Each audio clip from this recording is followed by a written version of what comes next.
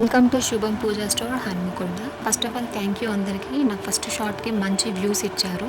So next product వచ్చేసి తెల్లావాలు. Yellow కలర్లో కనిపిస్తున్నప్పటికీ వీటిని తెల్లావాలనే అంటారు.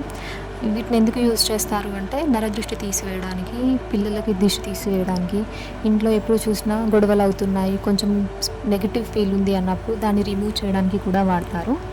అలాగే కాకుండా ఏ ఇంట్లో అయితే తెల్లావాలు ఉంటాయో ఆ ఇంట్లో లక్ష్మీదేవి నిలకడగా ఉంటుంది, కొంచెం మనీ బాగుంటుంది అని కూడా నమ్ముతారు. కొన్ని ప్రత్యేకమైన హోమాలు, యాగాల్లో కూడా వీటిని కన్ఫామ్గా యూజ్ చేస్తారండి. వీటికి ఒక స్పెషాలిటీ ఉంటుంది.